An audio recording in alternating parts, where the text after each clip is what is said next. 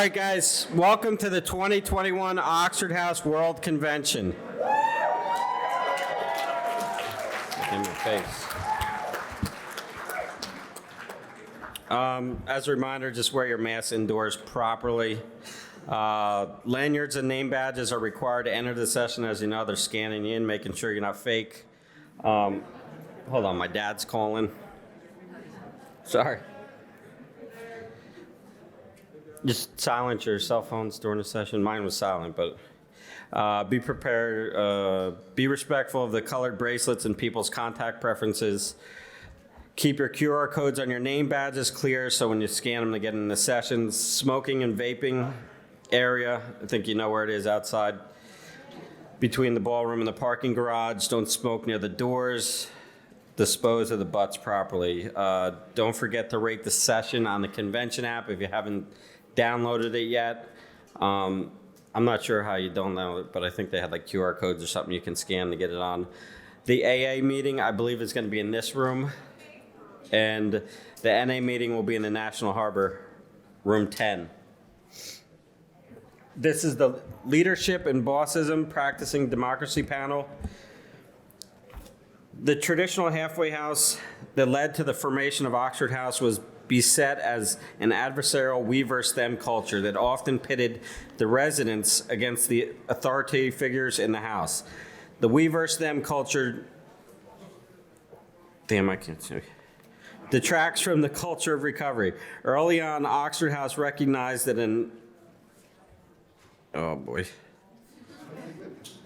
egalitarian democratic culture could alleviate the we versus them culture and keep the focus on the achievement of comfortable recovery.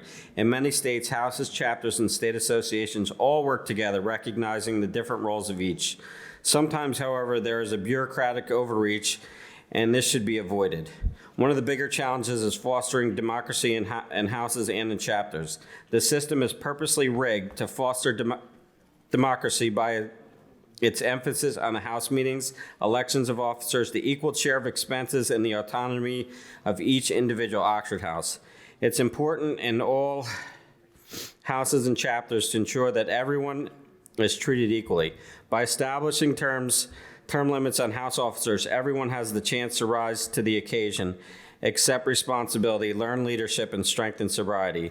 It's also important for Oxford House outreach workers to serve as resource persons for residents, teaching them how the Oxford House system works, but let Tom Sawyer challenge residents to do the work themselves. Since membership in a chapter or state association is always voluntary, emphasizing fellowship over enforcement and education over authoritism is necessary, and it builds membership. While housing services committees play an important educational role, members need to remember that their role is to act as helpers, not as enforcers or bullies. Chapters and state associations have an important role to play in a supportive individual Oxford House and the resident, but at all times, they need to recognize the autonomy of each individual Oxford House. The panel will discuss what Oxford House chapters and state associations can do to build constructive relationships with each other.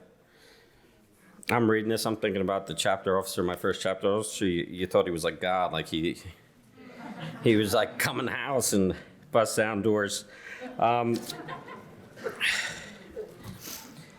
Our first panelist is Stacy Nichols. She's an Oxford House alumni and outreach worker for West Virginia. She moved into her first Oxford House in New Orleans in 2014. She's opened Oxford houses in 4 states and has lost count of how many houses she's lived in. She moved from house to house to assist and stabilize and expansion as residents for many years and has had the pleasure of being outreach worker in West Virginia for 2 years. So with that, I give you Stacy.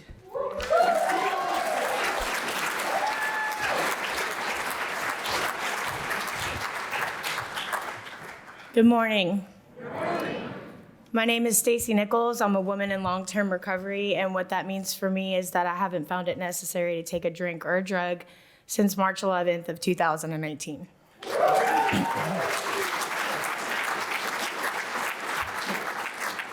How many of you are here for your first ever Oxford House convention?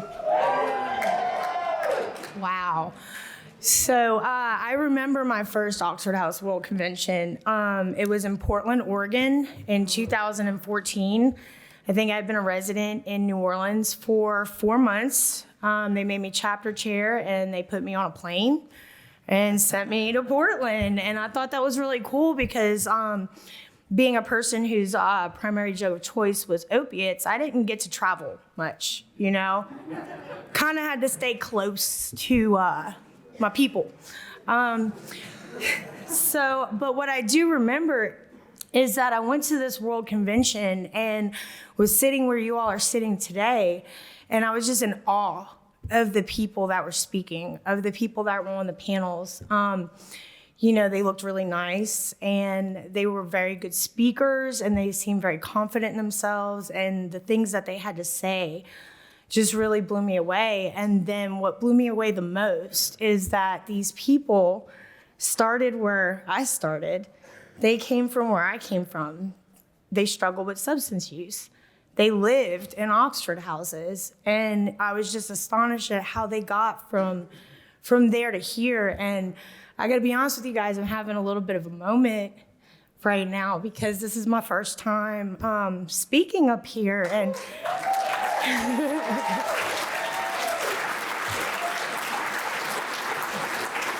I made it. We made it. So what I'm realizing right now is that the reason that we are up here today is because of leadership, because of good leadership. I had some rock stars empower me and lead me in New Orleans. Jeremy Weatherspoon, Lori Holtz-Claw Hunt, Brandy Bauer. Vote for Brandy. These were the people that led me. These were the people that, when I moved into Oxford House, I wanted what they had, and I wanted to be like them. And they were very strong leaders, and they have instilled in me some very good principles and have taught me how to be a leader. And so when I talk to the residents back in my area about leadership, I got to pull up my notes. When I talk to them about leadership, I always say, I have this statement, really. It's the only way to lead an Oxford House is by example. That's it. We are in recovery. We do not like people in authoritative positions. And honestly, guys, in Oxford House, there is no authority. The only authority in Oxford House is the group conscience. Not the president, not the chapter chair, not even your outreach worker. The group conscience is the only authority in an Oxford House. And what it takes to, the driving force of that group conscience is strong leadership, good leadership. So that statement, the only way to lead an Oxford House is by example, it's true and it's not. It's true because, yes, we need to lead by example. If we're a leader in our area or in our house, or we're looked to as a leader, whether you like it or not, whether you want to or not, if you've been in Oxford House for a while, those new members are moving in and they're looking to you as a leader.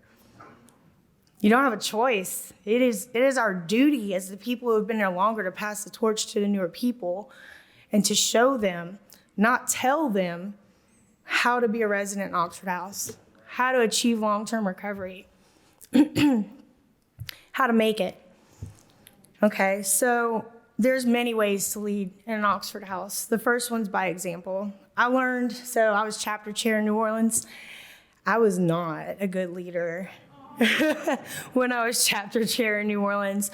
Talk to some people that were around back then, they'd probably tell you I was that word. But I've grown and I've worked a program, and I've by following my leaders and by getting where I am today and by sticking and staying with Oxford House, I was able to grow and kind of see, what kind of, I cringe when I think about some of the things I've said and done as a chapter chair in New Orleans.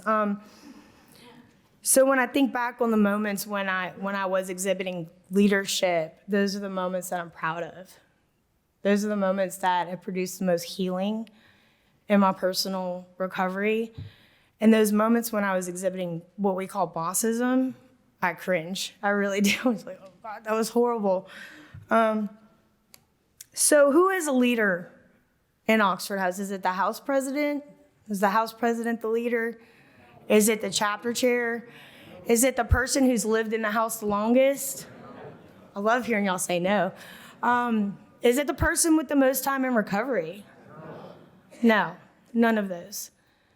The person who's a leader in the Oxford House is the person who is leading by example and who is working a program of recovery, who's making meetings, who's on time for curfew, who's welcoming the newcomer and sitting down with them and spending a few extra minutes with a cup of coffee and a new member packet, going over the guidelines. If you lived in Oxford House for one day, you have an opportunity to be a leader to the next person that moves in tomorrow. Just by giving someone a tour in an Oxford House, you are making an impact on that person's first experience, on their first impression in Oxford House. I will never forget the woman that answered the door when I moved into Oxford House and showed me the house. She said to me, "Welcome home. Welcome home." When you guys go back to your houses, make sure you say that to the new member walking in. It's powerful. It really is. And she sat down with me, she made me a cup of coffee, and we went over the new member packet. And she let me pick my room, you know? And I thought she was in charge. I thought she was like the house mom, you know, the house manager, whatever you call it. She moved into Oxford House 4 days before I did. And I looked up to her. So everyone in an Oxford House can be a leader, is looked to as a leader. And so we have a responsibility and a duty to be a good leader. Remember, as a leader, the rules apply to us. You know, the worst thing I've seen in houses, and I've been around a lot of them, is a person who is holding other people accountable and is really quick to bark the rules out at somebody, but they're not on time for curfew. Or they took an extra sleep out, didn't write it on a board, kind of tried to slip it by. There's nothing worse than a misguided leader that thinks the rules don't apply to them. If you want to be a good leader in Oxford House, go to your meetings, work a program of recovery, work steps, have a sponsor, follow the guidelines, and exercise your democratic right to vote in the Oxford House. Because without knowing it, you are impacting people's lives. Even if someone just comes and lives in Oxford House for 30 days, they're gonna remember you. I remember the people, even though I had limited interaction with them, I remember the first people that I came in contact in Oxford House. They made a big impact on my experience, how I felt about Oxford House, on my recovery, and on the person I am today. So keep that in mind when you go back to your houses and you guys are interacting with newcomers or you're interacting with a chapter or a housing services committee. Without even knowing it, you're making an impact on these people. They're gonna remember you forever. And when they remember you, do you want them to remember the chapter chair in New Orleans that was a bitch? Or do you want them to remember you as the person who lit that fire for Oxford House and lit that fire for recovery? A lot of us don't realize that how many lives we can save just by doing what we're supposed to do. You don't do anything extra, nothing extra. Just follow your own rules, pay your own EES, and just do what we're supposed to do. Be an example of what a good resident and person in recovery in Oxford House is. And you have no idea how many lives you will touch and how many lives you will save. Like, that's it. That's all you have to do.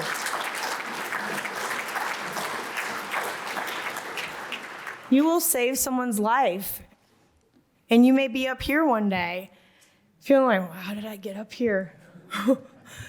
You know, or you may impact someone's life to where they will be up here someday, speaking to a group of people, shaking, feeling like they want to throw up a little bit.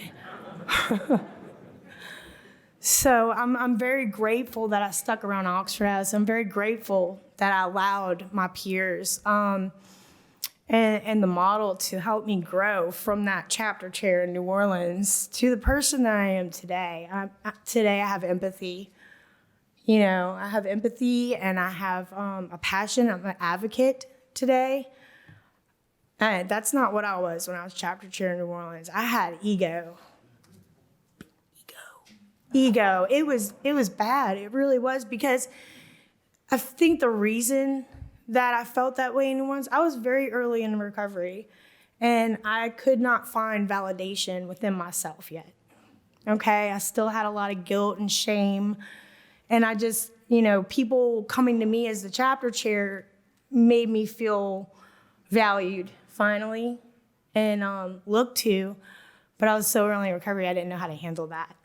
So that turned into my source of validation in recovery, was being the chapter chair, telling people what to do, people voting in what I said, It took a long time for me to get to a point where I could find that validation within myself. So I didn't need to seek validation from feeling like I was above anybody, which I wasn't, by the way. That's a delusion. I was not in charge. To being able to see what opportunity I had in that position to help other people. So another good characteristic of a leader is someone that doesn't need credit. You don't need the credit. A good leader can take a seat in the back and let other people shine. A good leader gives other people opportunities to lead. A good leader is not going to take all the responsibility so that they can take all the credit. A good leader is going to recognize strengths in other people and create an environment for those people to be able to exercise those strengths so that they can grow. So that's all I have, guys. Thank you.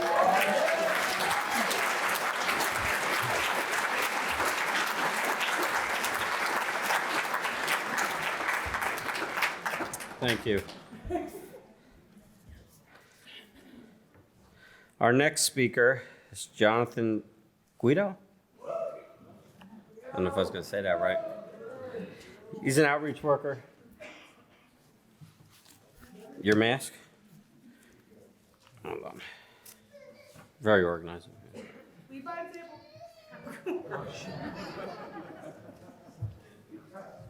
He's an outreach worker in North Carolina. He's been part of Oxford House for 4 years.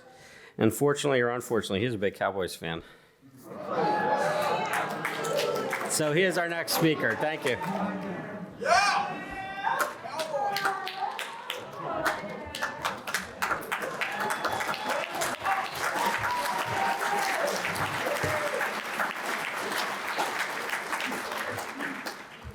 Maybe I should just keep this on, huh? You think, huh? Yeah. I see the hat. It's here all weekend. So my name is Jonathan Guido, and I am also a person of long-term recovery. What that means for me is I have not found it necessary to use any mood or mind-altering substance since February 4th of 2017.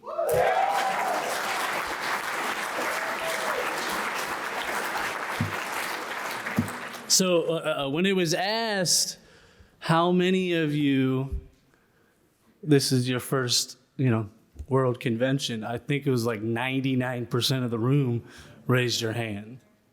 That is amazing.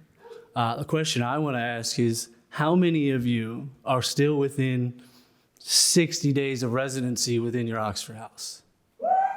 60 days. That's amazing.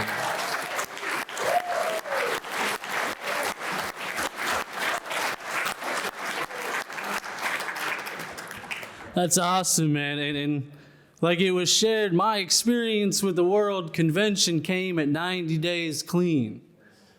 And I sat in a room, like the main ballroom, and I was just dumbfounded with the fact that there were like 1,500 like-minded individuals who all, at some point in their lives wreaked havoc, caused some turmoil, lost some relationships, and, their life was just unmanageable by the use of drugs and alcohol. And it was, I had a moment of just sitting there and bawling my eyes out in the middle of this crowd because I was surrounded by so many people that I finally, for, a good 10 to 12 year span, felt like I was home. I felt like I was around people that I could relate to and that they may not know me, but they get me. So, welcome to your first World Convention.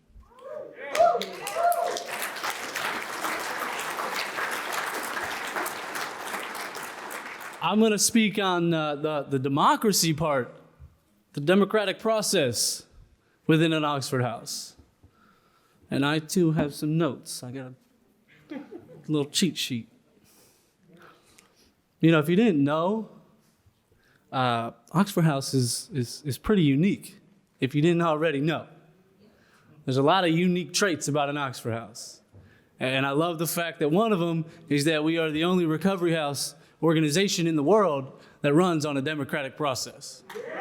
How cool is that? Huh? It doesn't matter if you've got one day in an house or you've been there for 10 years.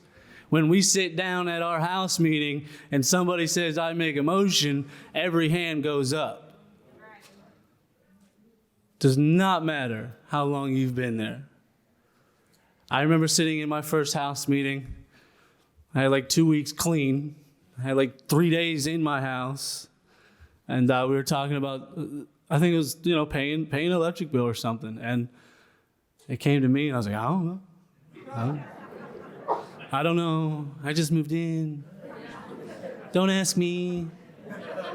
Y'all, I'm cool with whatever. Whatever y'all want to do, I'm cool with it. Or I abstain. They were like, hey man, that's not how this works here. You got a voice in this house. You live here in this house. We need to know how you feel. We need to know. Everyone gets a chance to vote in an Oxford house. This is mind blow. That blows my mind.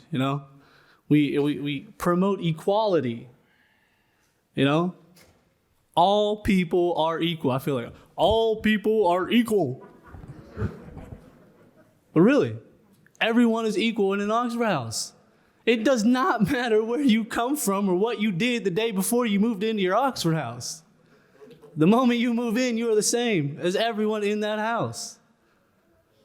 No house managers, no house supervisors.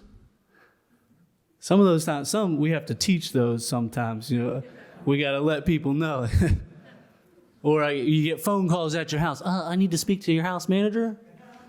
Well, I answered the phone. I'm not a house manager, but I don't think I can find one for you, but I'm what you need.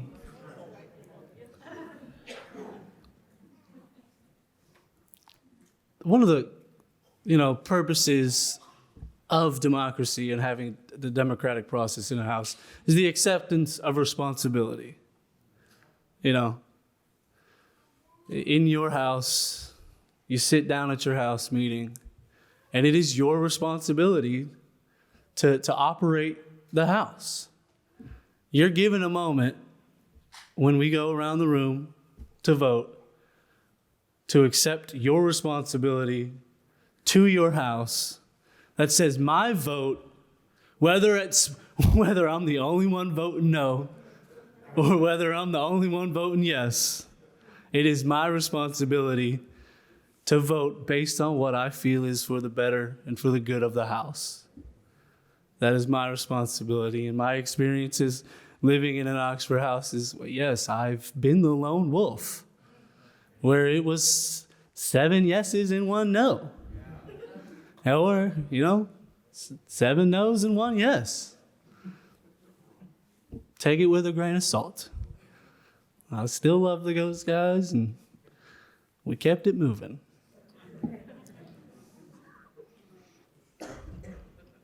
So I like to, I should have started with this. Backtrack. We learn this in our fellowship, not just in Oxford House, but, when I hear a word and I'm like, let me think about what that word means. Google. Democracy. Control of an organization or group by the majority of its members. Control of our house by the majority of the house members. That's all I got for that one.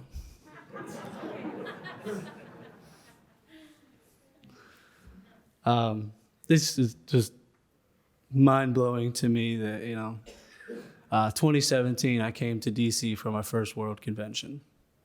Clueless to what recovery in general was. I was still learning about the whole fellowship and what that meant. And then clueless to, what is Oxford House? Truth be told, when I was in that place that I was in before I came to an Oxford House, the lady said, "Here's a nice, big, thick book. Pick where you want to go. I recommend the Oxford House, but it's your choice." I said, "I don't care. Get me out of here. I want to go back to where I came from. I'll close my eyes, tell me when to stop." Boom. And the outreach worker in that time, she pulled over off the side of the road on the highway to take my phone call and do my application. That Jacqueline Sledge, recently married. So if you see her, just give her a little fist bump or whatever color she's wearing. So respect that. So yeah, I'm talking about democracy. It's funny, we've kind of communicated over the past couple weeks about, how we were going to go about this, who was going to speak on what, and we never made a motion. We never made a motion on agreeing to do it this way.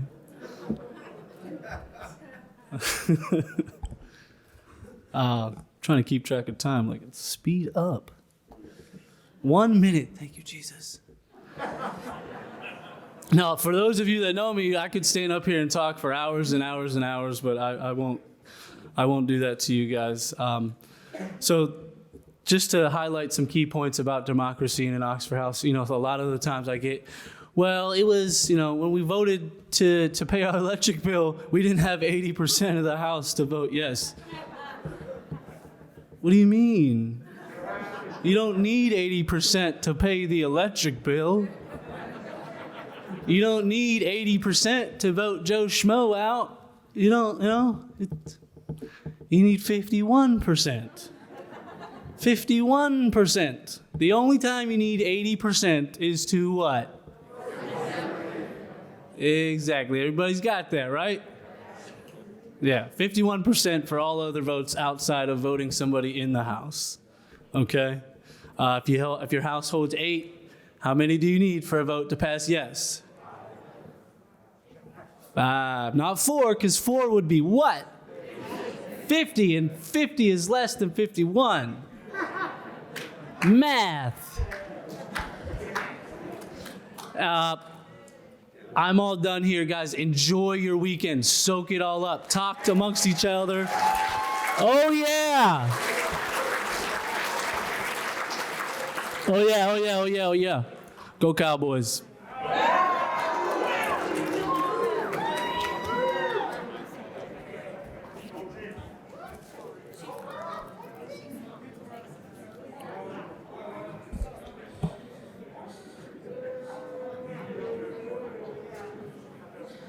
Thanks.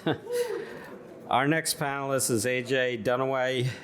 He's a senior outreach coordinator for a new state of Illinois, where we recently got a contract on, which is exciting.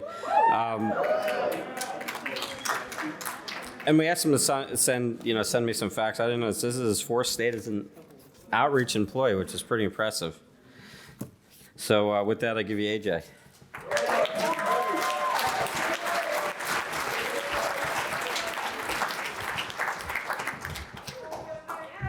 How we doing? My name's AJ Dunaway, and I'm a person in long-term recovery. What that means for me is I haven't found necessary to use since November 25th of 2018.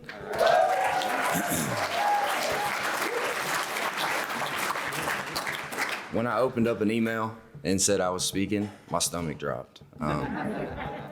Basically, because in 2019, I left here as a staff member. And it almost brought tears to my eyes, for real, just thinking about it. Because when I came here in 2019, I got the same cold chills sitting in that room first morning. I was sitting next to a bunch of guys from Moorhead, Kentucky. Shout out. You know, that were brothers to me. And I realized that like I was sitting in a room full of brothers and sisters trying to do the same thing I'm doing. I moved into a house December 22nd of 2018 after 28 days in a treatment center. With that being said, that was my 15th try in a 28-day or 6 months or 90 days. You know, the house part in Oxford House is what I was looking for. I've slept under many bridges from here to Miami. And for some reason, God brought me back to the state I'm from, stuck me over in the hills of Eastern Kentucky. When I got there, there was 3 houses. There's a few more now. But when I got there, there was 3 houses. You know, I walked into a brand new house, didn't even know it. I walked into a brand new house. I got there for their second house meeting, and all these guys from these other houses were there, and I was like, you don't live here. What are y'all doing? And they were like, well, you're going to be the secretary. And I was like, all right, you can read my handwriting? Cool, let's do this. And I think by the second house meeting, my first experience with Bossism is I got this Facebook friend request. And it was from a guy named Jonathan Gildard. He looked real friendly. So I accepted it, and I seen he had some mutual friends. And I was like, who's this guy? And they were like, oh, he runs the show, bro. He came to Moorhead for like 4 months and got it all the way together. And I was like, oh, so he's the boss. So like I was kind of timid getting around him, and come to find out Jonathan's one of the best people I've had the chance to work with in this company. Speaking on Bossism today, you know, I think it's pretty important because besides bridges, I've been in quite a few different types of halfway houses. The Bossism part to me, it's kind of a shame sometimes when you get individuals that have I don't know about y'all, but I got an ego as big as this room. But when it comes to the greater good of a newcomer, it's not okay. I was welcomed into a house. I just remember my mom's face for real. She's like, get out of my car. What's he smoking? This guy was vaping. They welcomed me right in. I got super comfortable. And I sat on my hands. I tell the newcomer, when you come in, why don't you put your hands under you? Just sit down for a while. But on the Bossism part, you know, as was said, this is my 4th state as an employee. And what I don't like is when we get into a house, I walk into a house, I'm not there to run the show as a staff member. By no means. I want to see how this house is running. Like, you know, where I was at. So when I became a staff member, I was like, I've only been around a few staff members. No one lived in my area. You know, when you got somebody that, like, obviously, Bossism, from my experience looking in a house, you know, you got these new guys. They're looking at somebody that's been there the longest. So the difference between leadership and Bossism, are you training somebody? Are you showing them what to do? Or are you just doing it for them? Because are you opening up and letting these newcomers like figure out the same stuff you figured out? Or are you just doing it for them? And you're the president because you don't want to teach nobody how to do the treasure report or do it yourself. And I just think it's important on the leadership part to show people. If someone showed you, show them. Don't sit back and let them fail. So your outreach worker does have to show up because you can't pay bills on time. And, you know, and you're just there paying your rent, you know. Bossism can go a long ways. I think when I'm looking at houses that struggle with vacancies, my first question is, are people moving in and getting comfortable? Are you making them feel at home? Like someone did me, like someone did you, like you did for this whole room, basically. You know, I was sitting in a state association meeting for my first time in 2019. And like I was saying earlier, I'd been in so many treatment centers. And I kept hearing, you're going to, you know, 2% chance, 2% chance. And they talked about on Oxford House's percentages. And I was like, I guess I'll just keep sitting on my hands. I might as well stay here. I'll stay in Moorhead for the rest of my days. The same state association meeting, they were like, you want to fill out an application? I was like, well, let me go to World first.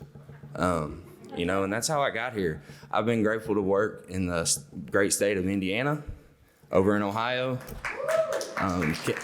Kentucky as well. And considering that I am from Eastern Kentucky and I just moved to the greater Chicago area, it's a little It's different. It's very different. A lot of people, a lot of crazy drivers, maybe some bossism in them cars. I'm not sure. But, just don't touch my new car, please. Never had one. But I'm grateful I had a chance to speak. And if there's anything I can say, it's welcome the newcomer, give them the same home that got me here. And that's all I got.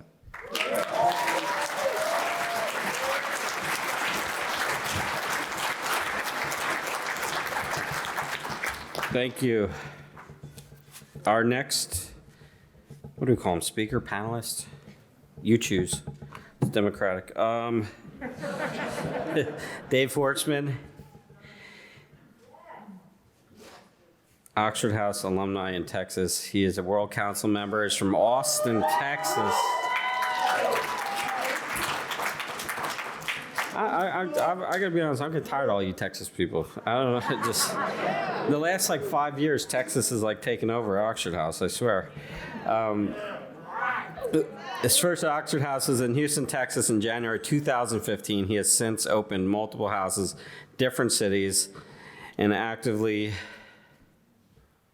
served in all the positions at Oxford House and every level of this organization. So please help me welcome Dave.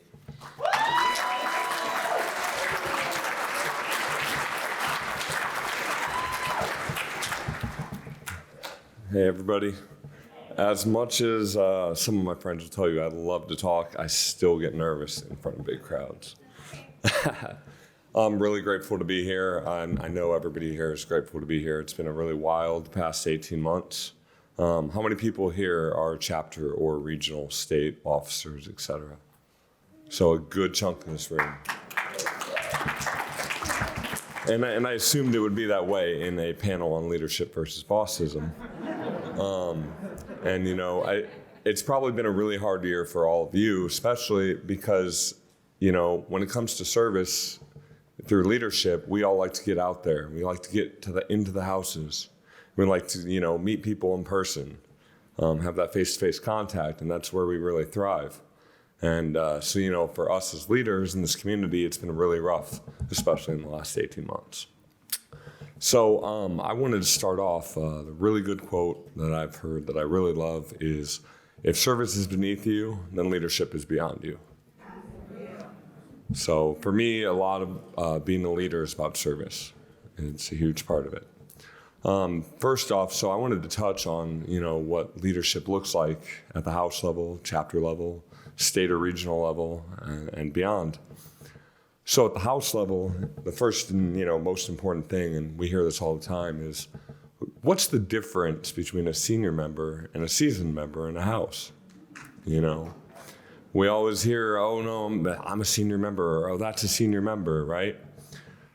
A true seasoned member is somebody who is really the leader in that house. This is somebody who's taken what they've learned and the guidance that they've gotten, and they're usually the last ones to vote.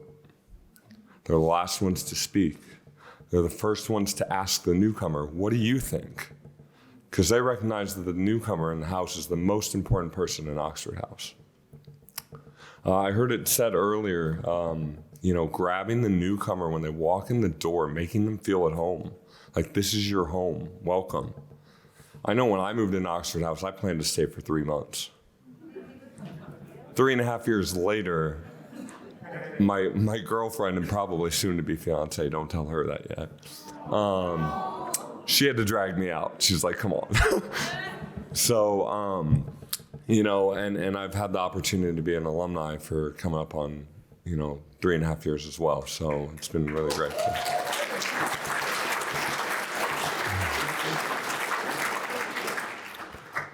So, it's really great being a seasoned member, or the most important part about being a seasoned member is, again, it was said before, but being the example, setting the example.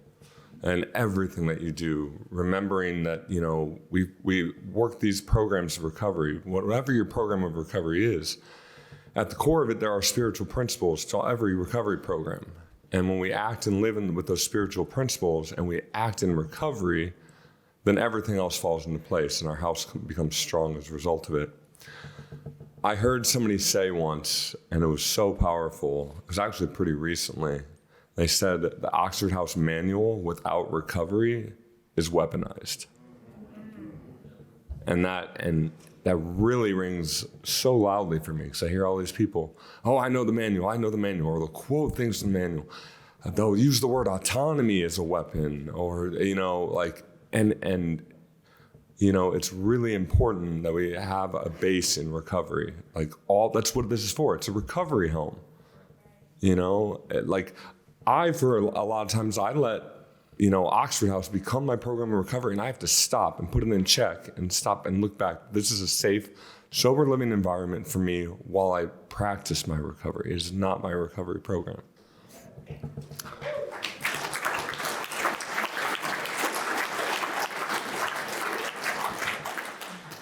So moving up to the chapter level, there's a line at the top of most, I don't know if every chapter or state association here has a copy of bylaws, but I know at the top of our bylaws, the first line in our bylaws is, we serve, do not govern.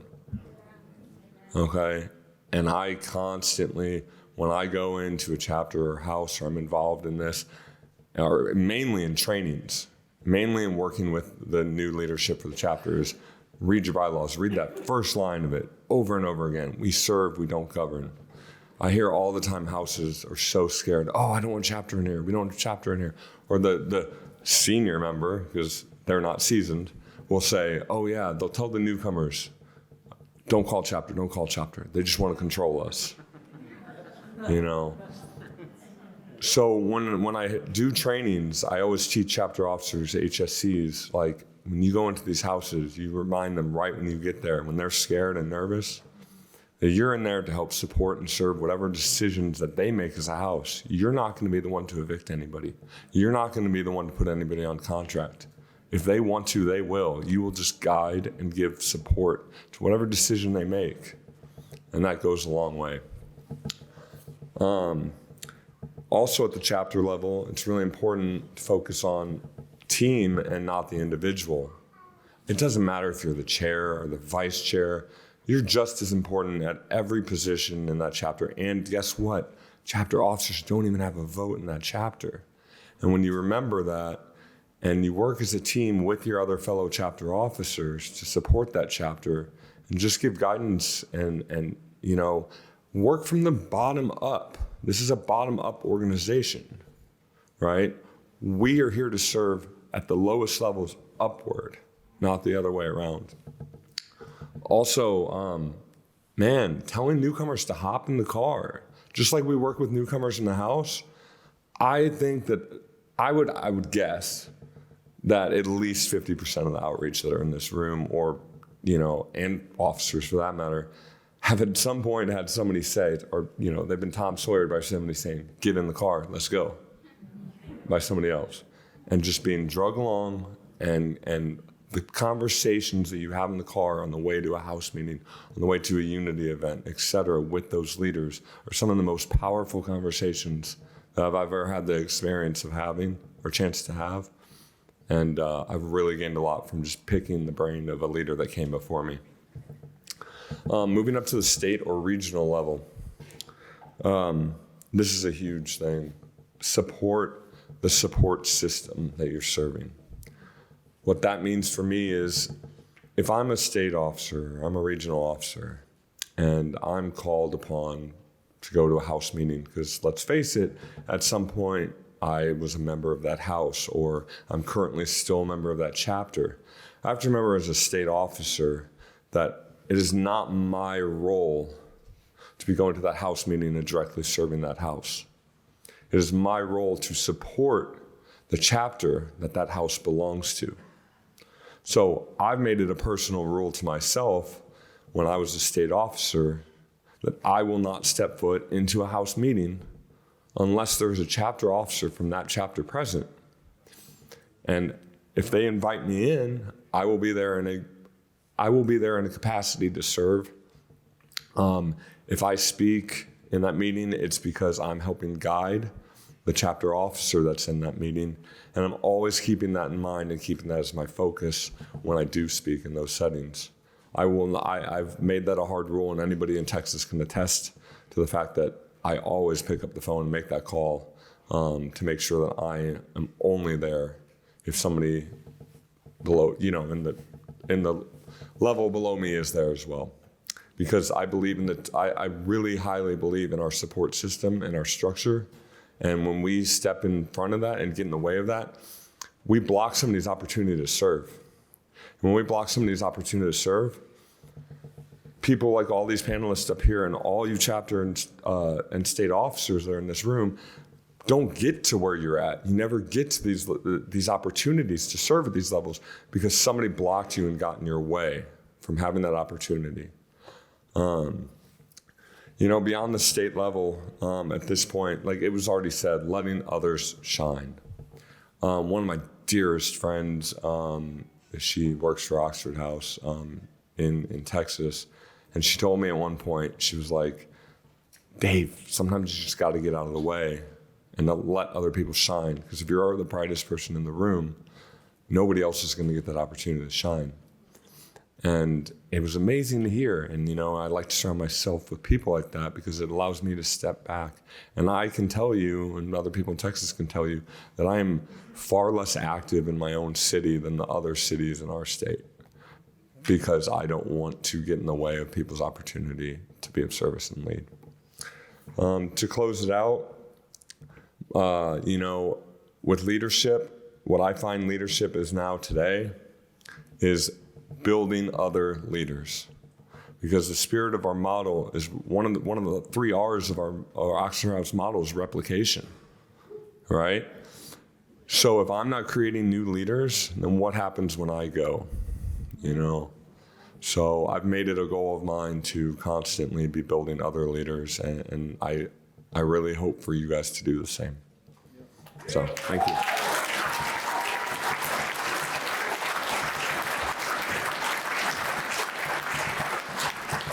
All right. Before I announce our next panelist, I don't want to pass over this with minimum concern. This guy professed that he should be engaged instead of just boyfriend and girlfriend on video. That's a bold move. That is a bold move. Women tend to be more ready before men, I've noticed. Well, at least that was my case. I'm proud of you. I mean, that's, I don't know. Our next panelist is Chase Epple. Am I saying it correctly? I apologize. He is an Oxford House resident from Arkansas. I never met anybody from Arkansas, but he's from Arkansas. Art now? Arizona. Oh, Arizona. I apologize. He's in Arizona. I don't know. I guess I don't know abbreviations of states. I've never had to. I apologize. I didn't introduce myself. My name is George. I have the honor of leading the outreach team from Maryland to Maine. So I'm in the northeast part. I live about 45 minutes outside New York City. So I'm not used to these middle America, Western state abbreviations. I apologize. I know NY, NJ, MD. So with that, please help me welcome Chance.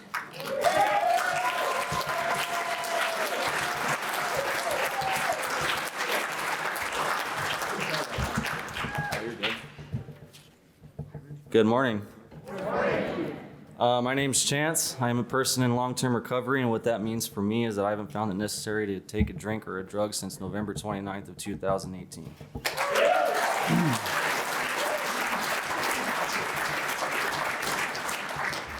All right, so bear with me just a little bit, okay? I'm sitting over here and I'm thinking, okay, what am I gonna say? And my mind's really jumbled, right? So this is my first Oxford House convention. Oh, wow. So about a week ago, I received a phone call from an outreach worker saying, "Hey, you're going to speak on a panel at the World Convention." I was just like, "What? What are you talking about?" He's like, "Yeah, dude, you got chose to speak," and I'm like, "Okay." So give me a week to prepare, and I'm good. Okay. Thanks, Nathan. So yeah, I'm just going to share a little bit about my experience so far on leadership. So I moved into an Oxford house November 15th of 2019. This is in Phoenix, Arizona. The house is called Trace Palms, and it's the first chapter of Arizona. Right off the jump, I was fortunate enough to live in a house with an outreach worker who was still opening up houses all around the state, well, all around our chapter. And it's funny when somebody mentioned, hey, get in the car. For me, it was more like a kidnapping. Like, hey, man, I got to go to the store real quick. Okay, cool. Well, I'll go with you, On the way to the store, he's like, well, by the way, we're going to go to this house real quick and check out their house meeting. Oh, okay. So that's kind of how my journey started. Within the first month, I went to my first chapter meeting, and I was blown away by just the experience in itself. It gets to the time with nominations and elections, he throws my name out there. I got nominated for male HSC, elected, and never missed a chapter meeting since. I served almost 2 terms as an HSC chair. I can honestly say I'm so grateful for that experience and how much I've learned from it, because to me, there's nothing better than watching people grow and also growing yourself. I was able to learn tools and recognizing the strengths in other people. Hey, you're good with numbers. Well, hey, check this out. Hey, you're a clean freak. You have OCD. Hey, check this out. And just guiding them, and sharing the knowledge that you have on it. And what's even more satisfying for me is that I can keep learning as I'm teaching. The person that you're teaching, you can still learn from yourself. To me, that's called keeping an open mind. Throughout my whole addiction, throughout my whole life, I've always kept a closed mind. Especially living in past halfway houses who didn't care about your personal recovery, didn't care about your personal well-being. All they cared about is, do you have a money order every week? I moved into an Oxford house, and it was like, well, hey, man, how are you? Welcome home. Kind of like, what did you say? You don't care about my money? Just about my money? Oh, wow, the money that I do pay you goes back to the house? We're paying bills together? Okay. You care about what step I'm on? You care about my personal recovery? All right, I see what this family is about. I want to be a part of that. Being where I am today, I was just recently elected as a state officer for chapter services. So I'm brand new to it. Arizona's still a fresh state. We've been open almost 2 years, and we have almost 60 houses.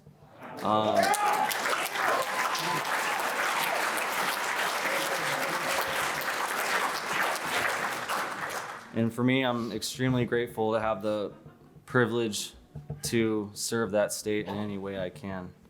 Like I said, I'm still learning myself, but I'm also guiding others and showing them the knowledge that I've obtained. Leadership is not telling somebody what to do. It's showing them.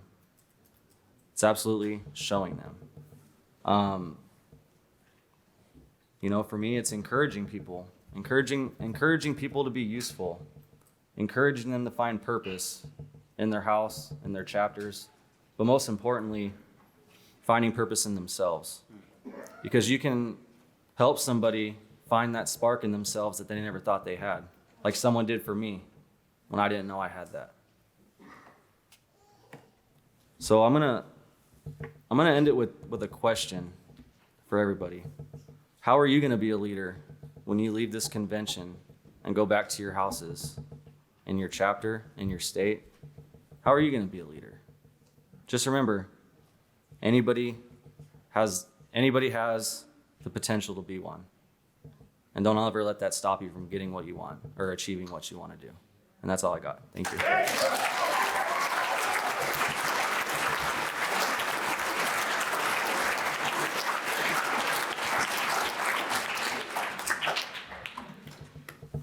All right, we're gonna have some time for some questions. Something I want to mention, I was thinking about, I moved into Oxford House. I'm on my 26th birthday, 2005. And so I've been here for a little while. And the one thing that hasn't changed as far as staff goes is the leadership part of, we've had the same, Kathleen and, obviously Paul, and then the regional managers. And something that I found very impressive is being such a large organization, a lot of times, and someone had mentioned it, all have a little bit of ego in this thing.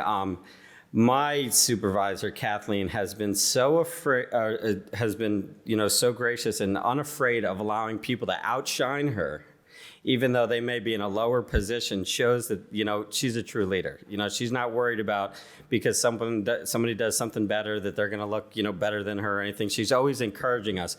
You're good at this, do that. Jackson was great at some things, elevated him to this role and do these things. So I think that's a key piece to Oxford House is the leadership and where, the people that came before us, because in most organizations, people would be a little bit worried about the people on their coattails, looking better than them and maybe one day taking their role.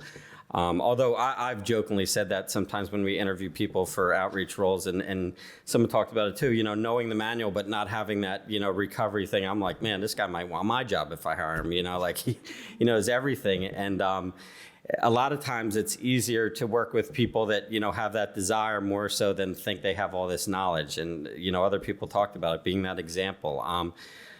Each one teach one, being drawn to the people in recovery. I mean, that's how I picked my sponsor, that I have now that I've had for, 10 years or something was, I want what he has, then do what I did. It's the same kind of theory around here with Oxford House. But with that said, are we doing mics or for questions, or are we, I don't know how that's working. Are we? Okay, so if you guys want to, if anybody's had questions or comments or talk bad about the Cowboys, whatever you want to do, if you want to go over Nah, I'm just messing with it. Oh, Giants fan. No, just kidding.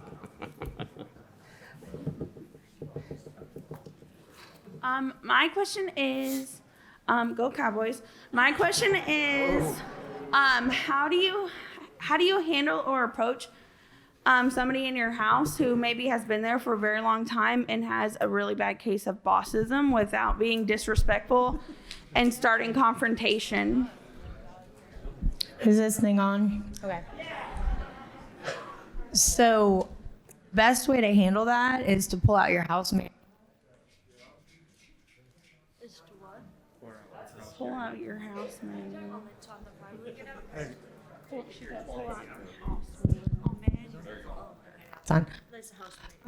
out your house manual, because if that person is having technical difficulties,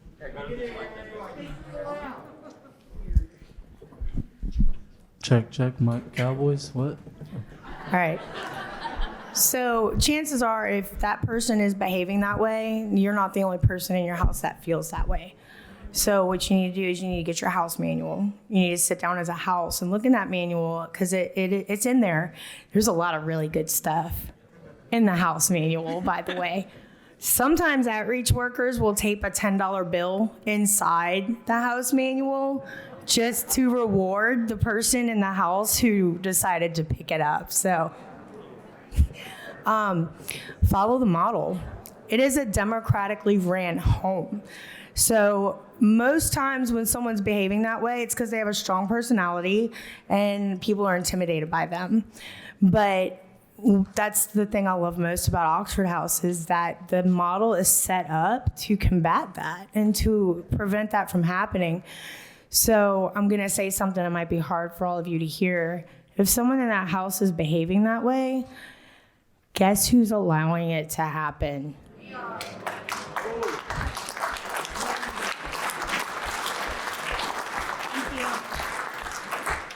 Every single person in Oxford House has one vote, one, and that vote has equal. It's an equal vote. So if someone's stomping around your house being a boss, y'all are letting them do it. Okay, so just stand up for yourselves, get together, have a house meeting, and address it, and follow the model. Put them on a behavioral contract. because then they have newcomer curfew again. And but honestly though, like it sounds petty, but the thing of it is when someone's behaving that way, a house putting them on a behavior contract is gonna help to humble that person. It's gonna help to put that person in a position where they have to actually examine their behavior, and it's gonna help that person grow. Those behavioral contracts help people grow. So don't allow a person to behave that way in your house. Help that person. Because I was one of those people. I stomped around my chapter in my house like that, and they held me accountable. And I'm not that same person today. I'm an empathetic person, so help that person. Don't just let it happen, and don't enable that person to just continue to go through life behaving that way. Be the house that helps that person change and grow.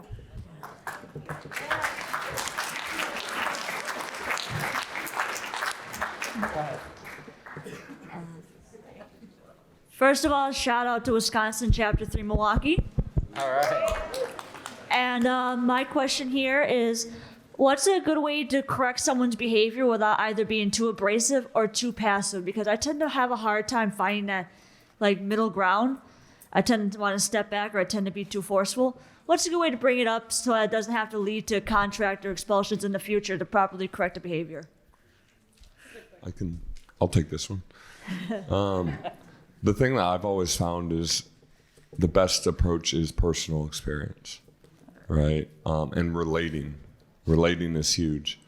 Whenever I relate to a person and I start giving examples of where I've been before and my actions in the past, now it's a human conversation, a human connection back and forth. And honestly, it sounds a little manipulative, but really it's not. When you have a person in your house that is acting in a certain way and thinks that they're standing out and that they stand out from the rest, I like to utilize the other members of that house to say, is this fair to you that you show up to the meeting on time, and show up with everything done and in a certain manner, and this other member of our house is not? You know what I mean? Reminding everybody, the collective as a whole, the importance of the collective. And trust me, if I'm that newcomer or I'm somebody else in that house, I'm going to be like, yeah, no, this is BS. Relating, using examples, and the house as a collective. Thank you. Nice.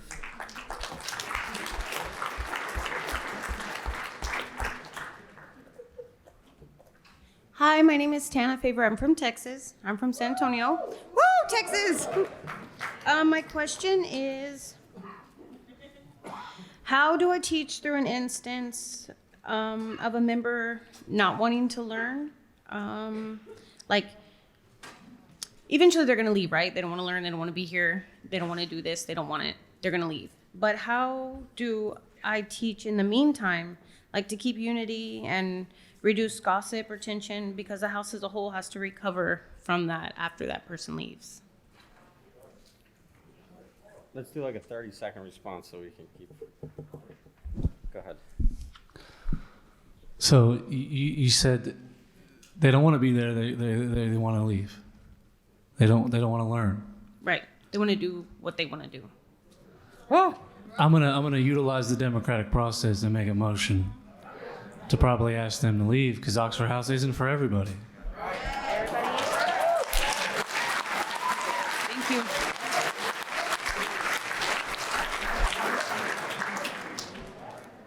Hey guys, my name's Sean, Kansas Oxford House Chapter 1.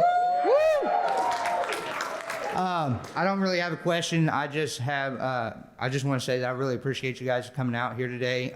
Like you guys, I was thrown into my position just a few months after moving into Oxford House, had no idea about responsibility, had no idea about what the hell I was doing. And being a part of this program and seeing people come, from the same place and being able to do this has meant a great deal to me. And I just really appreciate you guys being here. And thank you for coming out. Thank you. Thank you. We appreciate you.